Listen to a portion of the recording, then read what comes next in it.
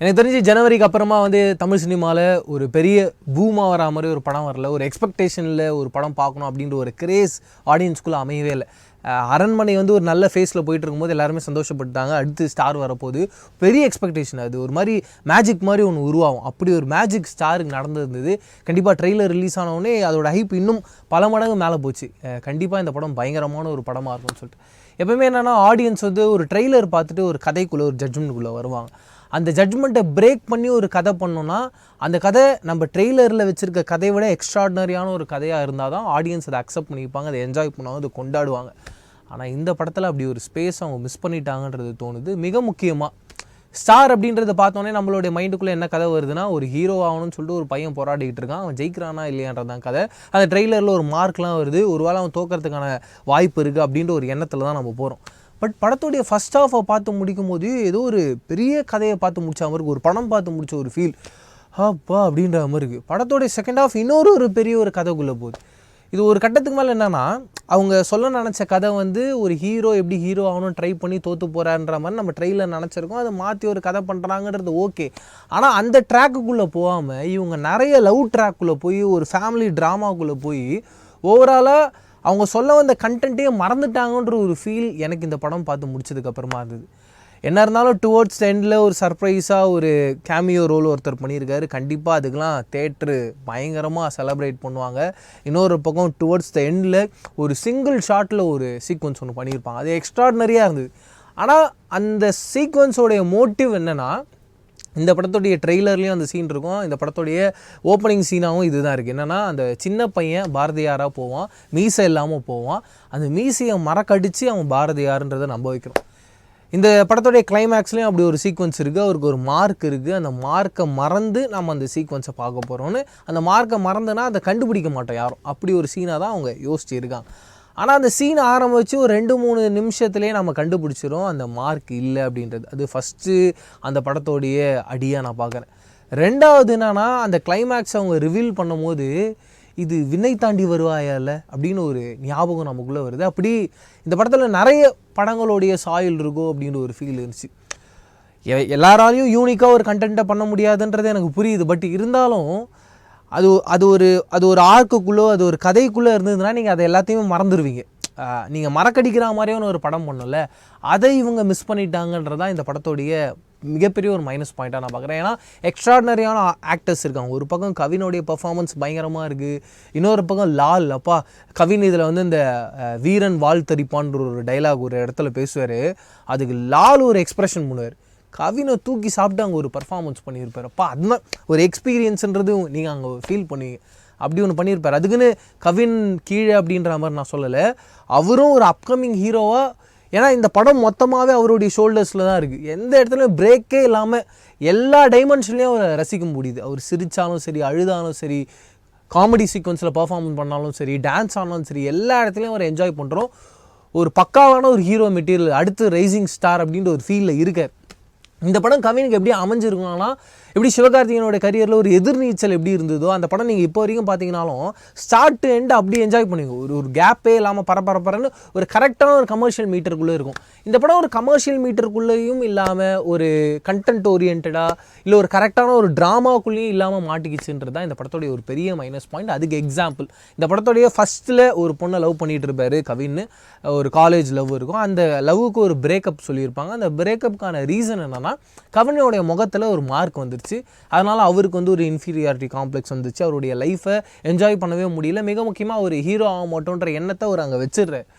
அது அந்த பொண்ணு புரிஞ்சுக்கிட்டு எவ்வளோ ட்ரை பண்ணுது கவினை சரி பண்ண, ஆனால் கவின் சரியாக மாட்டுறாரு. ஒரு கட்டத்துக்கு மேலே அந்த பொண்ணு டயர்டாகி அந்த பொண்ணு விட்டுட்டு போகுது. இதுதான் அந்த ஃபஸ்ட்டு பிரேக்கப்புக்கான ரீசன். ரெண்டாவதாக ஒரு ஹீரோயினாக ஒரு பொண்ணு உள்ளே வராங்க, அவங்களும் கவினை பயங்கரமாக லவ் பண்ணுறாங்க. அவங்க எதுக்காக லவ் பண்ணுறாங்க, அதுக்கான ரீசன்ஸ்லாம் இருக்குது. அவங்க மிகப்பெரிய தியாகங்கள்லாம் பண்ணுறாங்க. ஆனால் நாம் படமாக பார்க்கும்போது நம்ம என்ன புரிஞ்சுக்கிறோம், ஓகே இந்த பொண்ணு கவினை மாற்றிடுறான்றதான் நம்ம நினைக்கிறோம். ஆனால் இந்த படத்தில் இந்த கேரக்டரே நான் சொல்லுது, நான் மாறலை, நான் மாறினா மாதிரி நடித்தேன் அப்படின்னு சொல்லி அங்கே தான் நமக்கு கேள்வி வருது.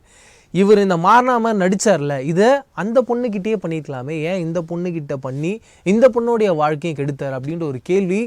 அந்த ஹீரோ கேரக்டர் நம்ம மேலே ஒரு சின்ன வெறுப்பும் கோபம் வரா மாதிரி ஆயிடுச்சு. எப்பயும் இந்த மாதிரியான ஒரு படத்தில் ஒரு ஹீரோ ஜெயிக்கணும் அப்படின்ற படத்தில் இல்லை ஒரு ஹீரோ தோத்துட்டாரு அப்படின்னு சொல்லிட்டு நமக்கு பெயின் கொடுக்க படத்தில் நம்ம என்ன பண்ணணும்னா அந்த ஹீரோவாக நம்மளை சித்தரிச்சுக்கணும். அந்த ஹீரோ பண்ணுற எல்லா சரியுமே ரொம்ப கரெக்டாக இருக்கணும், எல்லா தவறுமே ரொம்ப கரெக்டாக இருக்கணும். அதை தாண்டி அந்த ஹீரோ மேலே நமக்கு வெறுப்பே வரக்கூடாது.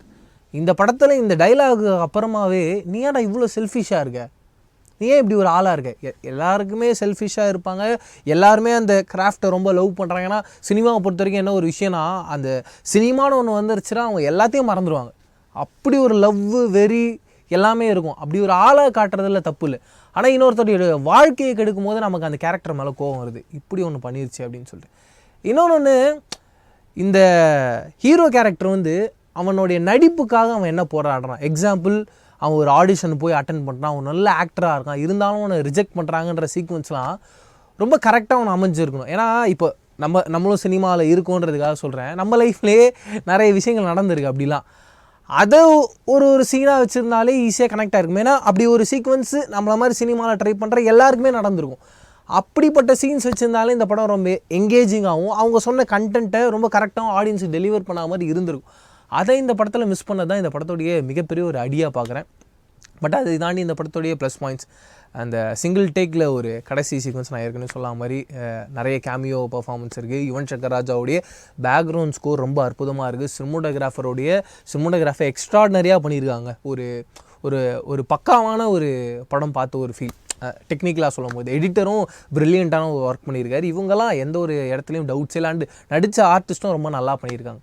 மறுபடியும் இந்த படம் எங்கே மாட்டுதுன்னா, ஒரு சில பேருடைய லைஃப்லங்க ஒரு மேஜிக்கலான ஒரு கேரக்டர் வருங்க. அந்த கேரக்டர்னால தான் அவங்க லைஃபே மாறும். அவங்க எப்படி ஹெல்ப் பண்ணுவாங்கன்னா, இப்போ நம்ம வேலை தேடிக்கிட்டே இருக்கோம், இந்த இடத்துல ஒரு வேலை இருக்குது, நீ போய் பாடுறா அப்படின்னு சொல்லுவாங்க. அவன் தான் அந்த மேஜிக்கலான கேரக்டர்.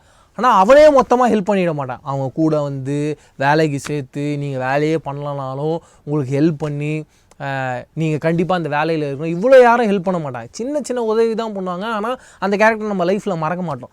இந்த படத்தில் எப்படி இருந்துச்சுன்னா, ஒரு இன்டர்வியூ சீக்வன்ஸ், அந்த இன்டர்வியூவில் கவின் தோத்துடுறாரு. கவின் தோற்றதுக்கப்புறமா தேவையே இல்லாமல் பேசிக்கிட்டு இருக்காரு. என் வாழ்க்கையில் இந்த கஷ்டம் இருக்குது, உங்களுக்கு ட்ரீம்னா என்னன்னு தெரியுமா, நீங்கள் ட்ரீமை நோக்கி என்றைக்காவது போயிருக்கீங்களான்னு. அப்படி ஒரு ஹெச்ஆர் வந்து மறுபடியும் மீட் பண்ணுறாரு. சரி நீ உன் ட்ரீமை நோக்கி போன்னு சொல்லிட்டு 20,000 ரூபாய் கொடுக்குறதுலாம் சாதாரண விஷயம் இல்லை. இப்போ இருக்க காலகட்டத்தில் 20,000 ரூபாய் பெரிய அமௌண்ட்டு. இன்னும் நீங்கள் இயர்லி 2005 2008 போய் பாருங்கள், 20,000 ரூபான்றது மிகப்பெரிய ஒரு அமௌண்ட்டு. அதை போய் ஒருத்தன் எப்படி ஈஸியாக தூக்கி கொடுப்பான்ற ஒரு கேள்விலாம் வருது. இப்படி நிறைய பிரச்சனைகள் இருக்குங்க. இன்னொரு பக்கம் அதே ஃபர்ஸ்ட் ஹாஃப்லேயே இன்னொரு விஷயம் என்னென்னா, கவின் ரோட்டில் இருப்பார், ஒரு பாட்டி வந்து கவினுக்கு ஹெல்ப் பண்ணுவாங்க. என்னவா இப்போ நாமளே ஒருத்தங்க பாவமாக இருக்காங்க, வருத்தமாக இருக்காங்கன்னா நம்ம என்ன பண்ணுவோம், தெரியாத ஆளுங்கிட்ட மிஞ்சி போனால் ஒரு 100 ரூபா கொடுப்போம். அப்படியே ரொம்ப பிடிச்சிருந்தாலும் அவருக்கு எதாவது வேலை வாங்கி தருவோம். அவ்வளோதான் நம்மளால் பண்ண முடியும். நம்ம வீட்டுக்கே கூப்பிட்டு வந்து நம்ம வீட்டில் ஒரு ஆளாக இருந்து அவரை வளர்த்து அனுப்புறதுலாம் எனக்கு தெரிஞ்சு இப்போ இருக்க காலகட்டத்தில் எப்படியும் அதெல்லாம் நடக்க வாய்ப்பே இல்லை. அப்படி அவ்வளோ நல்லவங்க இருக்காங்களான்றதும் எனக்கு தெரியல. இதெல்லாம் ஒரு சீனாக காட்டும் போது ரொம்ப ஆர்டிஃபிஷியலாக இருக்குது. வெற்றிமாறன் சார் ஒரு இன்டர்வியூவில் பேசியிருப்பார், என்னென்னா நம்ம வந்து சினிமான்றது வந்து என்னென்னா ஆடியன்ஸ் நம்ப வைக்கிற மாதிரியான ஒரு கிராஃப்ட். அதில் வந்து நீங்கள் ரொம்ப கரெக்டான ஒரு லைனில் கொண்டு போனால் தான் ஆடியன்ஸால் நம்ப வச்சு அந்த படத்தை பார்க்க வைக்க முடியும். பட் ரியல் லைஃப்ன்றது வச்சுக்கோங்க, அது ஒரு மேஜிக். ரியல் லைஃப்பில் என்ன வேணால் நடக்கலாம். சீரியஸாகவே சொல்கிறேன், ரியல் லைஃப் தான் ஆக்சுவலாக ஒரு மேஜிக். அதில் என்ன வேணால் ஒரு விஷயங்கள் நடக்கலாம். ஆனால் சினிமாவில் ஒரு சீக்வன்ஸ் வருதுன்னா அதுக்கு ஒரு லாஜிக்னு ஒன்று தேவை. அந்த விஷயத்தை தான் இந்த படத்தில் மிஸ் பண்ணிட்டாங்க. அதுதான் இந்த படத்துடைய அடியாக நான் பார்க்குறேன். அதை மட்டும் இவங்க சரி பண்ணியிருந்தாங்கன்னா இந்த படம் ரொம்ப நல்ல படமாக வந்திருக்கும். அண்டு அவங்க லவ் ட்ராக்கில் ஃபோக்கஸ் பண்ணதை கொஞ்சம் கதை மேலே ஃபோக்கஸ் பண்ணியிருந்தாலும் இன்னும் இந்த படம் ஒரு பிளாக் பஸ்டர் படமாக அமைஞ்சிருக்கும். இப்படி எல்லா ஸ்பேஸையும் மிஸ் பண்ணிட்டாங்களோ அப்படின்ற ஒரு ஃபீல் இருக்குது. அண்டு புதுப்பேட்டை அவங்க எல்லாருக்குமே பிடிச்ச படமாக இருக்கும். அதில் எல்லா பாடல்களும் ரசிச்சிருப்பீங்க. அப்படி ஒரு மேஜிக் இந்த படத்தில் இருக்குது. கண்டிப்பாக யாரும் எக்ஸ்பெக்ட் பண்ணி இருக்க மாட்டீங்க. எனக்கு என்ன ஒரு ப்ளஸ் பாயிண்ட்டாக என்னென்னா, நம்ம ஒரு பழைய சாங்கை ரசிக்கிறோன்றது ஒன்று பயங்கரமாக இருந்துச்சு. மைனஸ் பாயிண்ட்டாக என்னென்னா, ஒரு புது சாங்கை தலைவனால் பண்ண முடியலையா அப்படின்ற ஒரு சின்ன வருத்தம். அவ்வளோ ஏன்னா ஒரு பேக்ரவுண்ட் ஸ்கோராக ஒன்று கலக்கியிருக்காரு. இருந்தால் அந்த ஒரு இடத்துல அவரால் ஒரு புது சாங் அப்படி ஒன்று உருவாக்கி இருக்க முடியும். ஆனால் அவர் ஏன் அதை பண்ணலை அப்படின்ற ஒரு கேள்வியும் எனக்குள்ளே இருந்துச்சு. வேறு எதுவுமே கிடையாது. இதை தாண்டி நீங்கள் ஸ்டார் பார்த்துருந்தீங்கன்னா உங்களுக்கு இந்த படத்தில் என்ன மாதிரியான விஷயங்கள்லாம் பிடிச்சிருந்தது இல்லைன்றதை கமெண்ட்ஸ்க்கு ஷேர் பண்ணிக்கோ. இதே மாதிரி சூப்பரான அடுத்த ரிவ்யூவில் சந்திக்கிற டாடா பாய். நான் பிரவீன் கேஎஸ். பாய்.